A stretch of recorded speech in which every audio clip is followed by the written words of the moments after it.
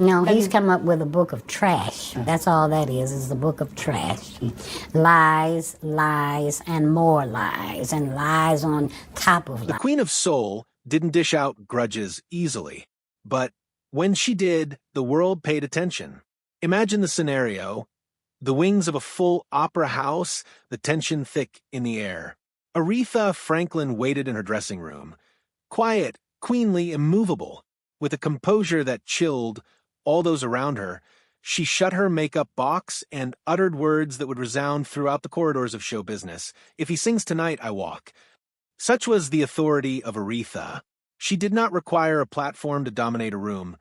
Only a glance, a phrase, a silence. When she gave her blessing, it was holy. When she denied it, the silence boomed louder than any applause. Respect wasn't merely her hymn, it was her decree. And when she believed that decree was violated, the vendetta smoldered forever.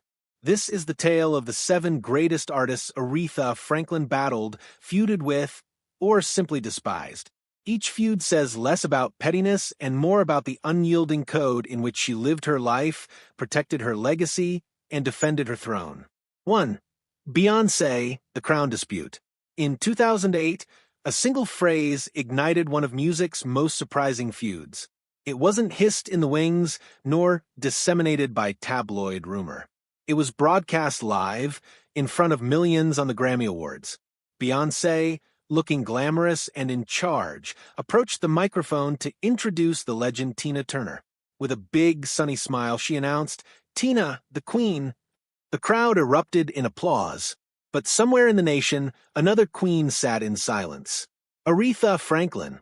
To most, Beyoncé's words sounded like a harmless compliment. But to Aretha, who had spent more than 4 decades defending and defining her crown as the Queen of Soul, the introduction felt like a direct challenge. That title wasn't a nickname. It was a hard-earned legacy carved through gospel roots, civil rights anthems, and unmatched vocal mastery. To watch it discarded so lightly for another artist, even one as highly respected as Tina Turner, wasn't thoughtless. It was disrespect. Soon, Aretha put out a statement. She didn't call out Beyoncé by name, but it was understood. She called the comment a cheap shot and a lapse in respect. The words hit like thunder. Fans argued on and on. Was this pride from a diva or something more? Those who knew Aretha best said it was the latter. She wasn't protecting her ego. She was protecting history. In private, she was even more biting. Friends recall her dismissing Beyoncé as a talented girl who forgot to curtsy. To Aretha, the problem wasn't talent. Beyoncé had that in spades. It was recognition. She had battled to make room in an industry that worked tirelessly to silence black women. And now, here was a younger artist, one she had shaped, rewriting the history without a nod of respect. Beyoncé never clapped back. Publicly, she credited Aretha as the benchmark of vocal excellence. In interviews, she referred to her as the voice that raised the bar for everyone else. When Aretha died in 2018, Beyoncé and Jay-Z paid tribute to her memory at a performance, referring to her as the reason we all sing. Aretha never let the slight be forgotten. After 2008, she avoided events Beyoncé headlined, refused to share a bill, and declined invitations that might place their names side by side. The rivalry was never settled. To the end, Aretha stood firm. To her, respect wasn't merely a song lyric. It was a code. When once broken, it was seldom fixed. Beyoncé still pays tribute to her legacy. But Aretha's off-the-record words still linger. Crowns aren't borrowed. They're earned. 2. Luther Vandross, The Studio Wars. If Aretha was fire, Luther Vandross was glass. She thought soul was spirit. You open up the Holy Ghost and spill it raw. Vandross was an architect, in comparison. Each note buffed, each harmony calculated. When Clive Davis paired them in 1982 for her comeback record Jump to It, it was a dream team. Fire and finesse. Legacy and state-of-the-art. The Queen of Soul and the Prince of Precision. Initially, the sessions radiated promise. But in no time, sparks transformed into smoke. Luther demanded phrasing adjustments, tightened runs, and precise diction. For Aretha, it was like wearing shackles. She sang from the belly, not from a book. There was a breaking point one late evening. In frustration, Luther barked, "Cut the oversinging. Be silent." Aretha stood still, and then, with cold intensity, she rose to her feet, met him glare for glare, and declared, "Nobody tells the Queen how to reign." She grasped her coat and left. The album was finally completed and turned out to be a success. But every song was accompanied by tension, fights, and walkouts. In her memoir From These Roots, Aretha candidly stated, "All of a sudden, Luther wanted to tell me how to sing, when it was me he learned so much from. If he wanted it sung that way, he should have sung it himself." Luther spoke for his side as well, painting Aretha as distant and demanding. There was, however, begrudging respect hidden in the fight. "We're both Aries," Aretha once explained, "too opinionated, but we respect each other." Their beef smoldered across several projects. On her 1983 album, Get It Right, fights were so intense she walked out in the middle of a song. Studio insiders likened them to an arranged couple battling for dominance. And yet, despite it all, they returned. They created hits. They even became close friends once more. When Vandross passed away in 2005, Aretha openly grieved him, labeling him one of the greatest singers and songwriters of our time. Their rivalry never went away, but it finally ended in appreciation. Respect came home. 3. Ray Charles, the improviser. Aretha Franklin established her career on domination and perfection. Every note thought out, every phrase honed. Ray Charles lived for anarchy transformed into genius. He warped songs until they barely looked like the original. Soul to him was danger.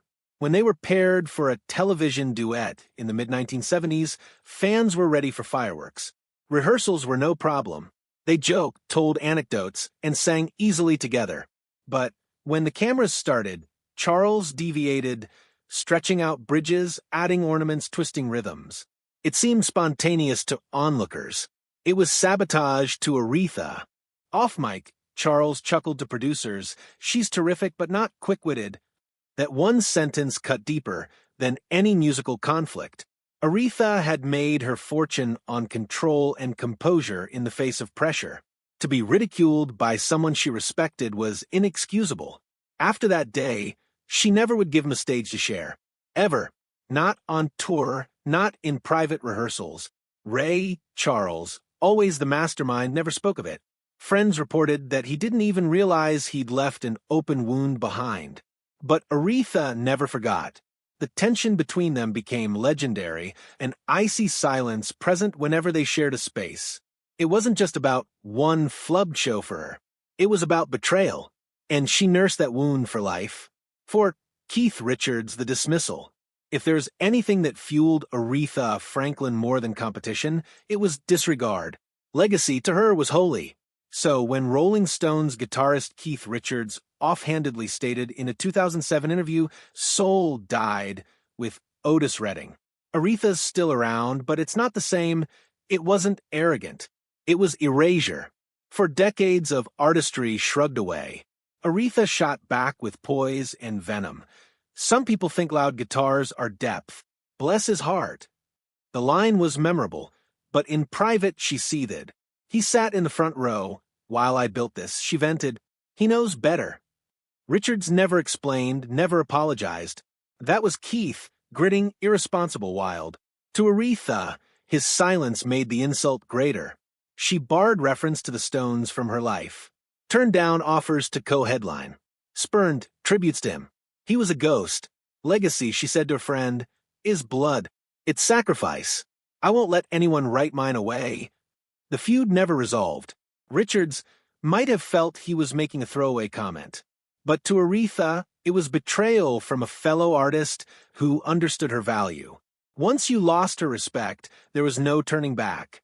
5. Eminem the omission. Aretha did not simply originate in Detroit. She was Detroit. Her voice emerged from its churches and nightclubs, the city's beat. She groomed younger artists, gave back tirelessly, and took Detroit to the world. So when Eminem became the city's face for a new generation in the 2000s, Aretha demanded recognition. A nod, a name drop, a sample. But it never happened. Song to song, Eminem name-checked legends, rock gods, even his own Detroit compatriots like Kid Rock. But not Aretha. To fans who weren't paying attention, it seemed like coincidence. To Aretha, it was erasure. Over a private dinner, she shook her head. He knows who I am. He just chose not to care. Pressed in interviews, she had only one word for his music: noise. That was her assessment. Silence. No cooperation. No tribute. No forgiveness. Even when she died in 2018, Eminem remained silent. To Aretha, that silence was deafening. Respect wasn't a choice. And if you didn't give it, she refused to give it back. 6. Dionne Warwick, The Funeral Dagger. Aretha was weakened by disease by 2017. She had cut back on appearances, picking her battles. Then came the spark that set off a decades-long feud. At Whitney Houston's funeral in 2012, Dionne Warwick, Whitney's cousin and fellow icon, said Aretha was supposed to be here, but she's not. She never said why. Aretha had been too sick and bereaved to come. To the world, it was a footnote. To Aretha, it was a dagger. She remained quiet for 5 years. Then, in 2017, she let loose a 5-page letter via the Associated Press.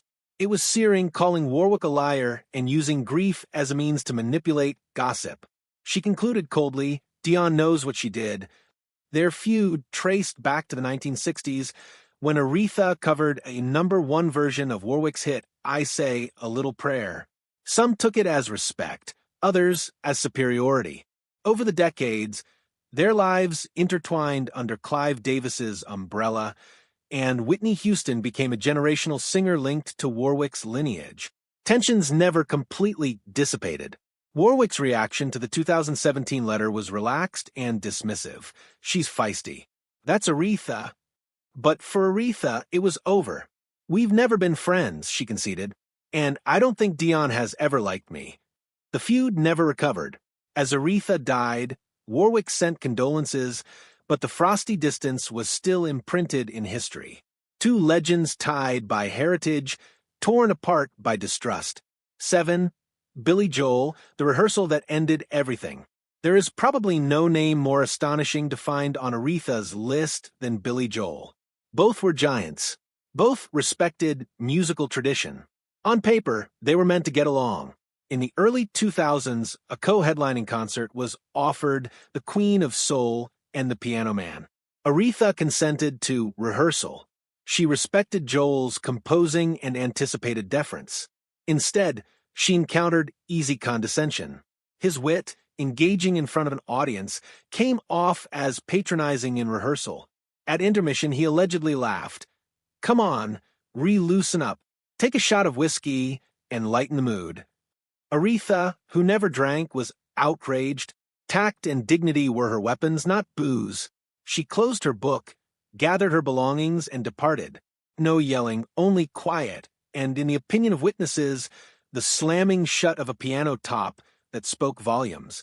Later she confided, he plays piano like a poet, but talks like a fool. The concert was canceled quietly. No statement, no explanation. Billy Joel's name thereafter dropped out of her sphere. No duets, no tributes, no shared stages. Joel never spoke about it publicly. He complimented her voice in interviews, but the silence persisted. To Aretha, legacies weren't constructed with charm. They were constructed with reverence. And when Joel crossed that boundary, even lightly, she shut the door forever. The code of respect. Ultimately, Aretha Franklin's grievances weren't ego or vindictiveness. They were principled. Respect mattered. That was a bond once broken that could never be restored. From Beyoncé to Billy Joel, each conflict tells the same tale, a woman who fought just as hard as anyone to write her name in history and who would not let anyone, however large, wipe it clean. She bore those scars as hard as she bore her crown. Aretha Franklin was the Queen of Soul. And queens don't forget.